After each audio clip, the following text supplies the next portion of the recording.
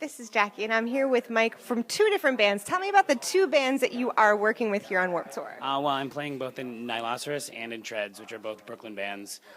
We did multiple dates on some of the East Coast states. Treads did New Jersey and the Homedale a couple weeks ago. Yesterday, Nihiloceros played at the One Talk show, and today we're both playing here. Oh my goodness! How do you juggle two bands? I mean, Warped Tour for a band in general is not easy to juggle. How are you juggling two bands? I don't know. When you love doing it, you figure out how to make the time. You cram it in your schedule. It's not all that bad.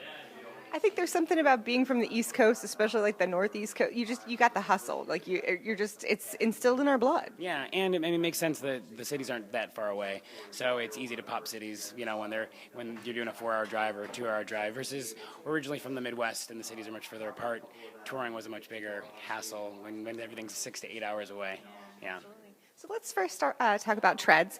What's one song you want new listeners to listen to get a good vibe of that band? Well, I would say Passions is the track that's been getting a lot of traction on Spotify and the streaming services. I got picked up by a Brazilian playlist on Spotify, so it's been getting, people in Brazil really, really love Treads. But yeah, it's a really good song. It kind of encompasses a lot of the sound that you'll hear on some of the other songs, but it's a solid track. So I would say that's the one to keep your eye out for. So how would you describe your sound for that band? Treads is like a mid-tempo rock and roll band. I mean, there's some punk leanings in there, so that's why we would work on something like the Warped Tour. But just good rock sound, good rock vocals, guitar. I think that's pretty good. All right. So now the other band is I don't want to butcher the name. You're gonna fix me. Once you hear it the first time, you're good forever. It's Nihiloceros. So like Nihiloceros. Nihilism and rhinoceros if it were one word. Got it. Spelled exactly like you would think that would be. So tell us a little bit about that band sound. Nihiloceros is a 3-piece guitar, bass, drums. We're a little post-punky, so the definitely rooted in punk. We've grown a little bit out of that, so we're treading into heavier territory, a little sludgy guitar, bass, interplay, that sort of thing. But definitely we still keep some of the pop sensibility, so we try to play around in that area. What would you say is the biggest difference between the two bands? Well, Treads has a female vocalist, and Nihiloceros does not. Treads is a little, I think, cleaner as far as like song structure and arrangement, and I think Nihiloceros gets a little murkier in those areas. So being able to play guitar in both bands is fun because I get to I definitely have to be more on my toes with some of the Tread songs, and being the only guitarist in the other band and writing those parts in a different way allows me to, I don't have to be as careful, I guess. And I think you mentioned to me in Nihiloceros, you guys donate proceeds to charities often. Can you tell me a little bit about that? We do. I mean, shortly after kind of everything that was going on with the election, and just a lot of things there was a lot of initiatives in Brooklyn, things like Our Wicked Lady doing the Thursdays for the cause, and DIY venues like Pet Rescue and places like that, sort of really stepping up their game to, do a little bit better at, getting the word out of causes that are important I know, and personally myself, I find that none of us are making enough money off of music for it to be, it's not paying our bills and our rent. So, if we're making a few $100s off of a show or $20 off of a show or selling T-shirts for $10, we've been we sort of made an initiative right before the last EP came out to essentially all of the proceeds that we make from a show, if we're not playing a specific benefit show, we give it to a benefit that's something that we care about at that time. And I think that's just a better way to be using that money for something that's more important than like, oh, we got $20 more. Like, what is that really going to do for us personally? Yay, a beer or two. Right. Or no, Brooklyn, a beer. Right, exactly. And I think it makes a much bigger splash in a cause that is more important than I mean, music is selfish enough as it is, so I feel that anything we can do to make a little bit less. Touring is the only thing where we keep the money ourselves because we try to pay back and make sure we at least break even on tour and don't lose too much cash. But as far as anything that's a local show and like merch sales and stuff like that, we try to find something to make sure we're donating that money to. So with social media being kind of an ugly place, I feel like, in 2018.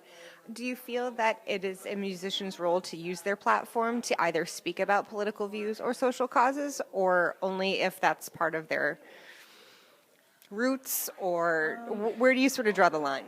Well, I think that I don't think it's necessarily their responsibility to, because I mean, everyone's in music for whatever it is. I mean, some people just want to like make fun pop music and have no, interest in I don't think you should feign any sort of cause for anything that you don't care about.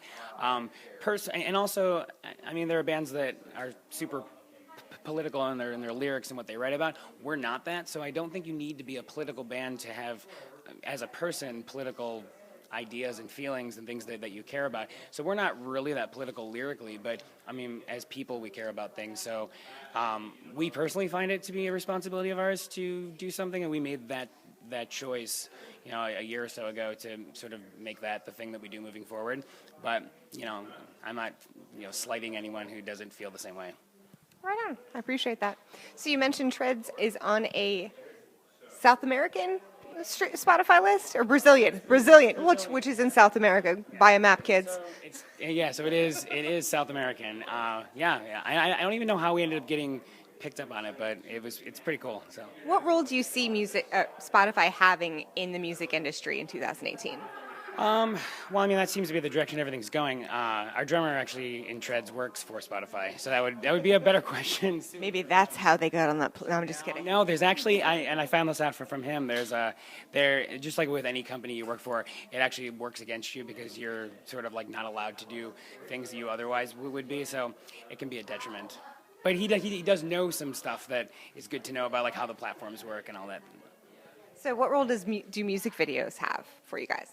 I don't know. I feel like we should always be making more of them. We don't make enough anymore. We've done a handful. I don't know. Music videos obviously were a bigger thing a long time ago when MTV was a thing. God, I miss that channel.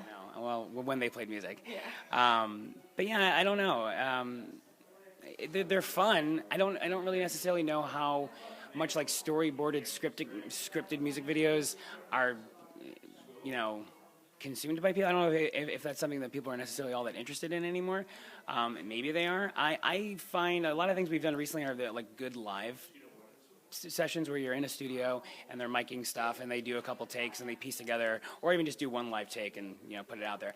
Because I think it's a little more indicative of how you're playing live, and I find those more interesting personally. I think that at least in New York, that seems to be something that people watch a little bit more than three people running through like hallways and like trying to save the person. I don't know, and plus we're not actors, so I've done music videos where they've written a storyboard up for us, and then I've tried to be like, well, we don't really want to be the actors in the music video, but then you end up like it just comes across as silly. I don't know. It goes a little silly. Yeah. So what's up next for you guys after Warped Tour? Well, this is the last date that we're playing, and then we're going back to New York tonight, driving straight through. So Nihiloceros is playing this coming Thursday in Brooklyn, and a couple dates in August. Treads has a few dates in August, mid-month as well. So yeah, August and September, relatively busy. Nihiloceros is doing some Midwest and definitely stuff I think in October in the Midwest, and then I think we're going back to Canada next year. Well, stay tuned for much more from Nihiloceros and Treads. This is Jackie. Thanks to Chorus FM and In the Key of Change.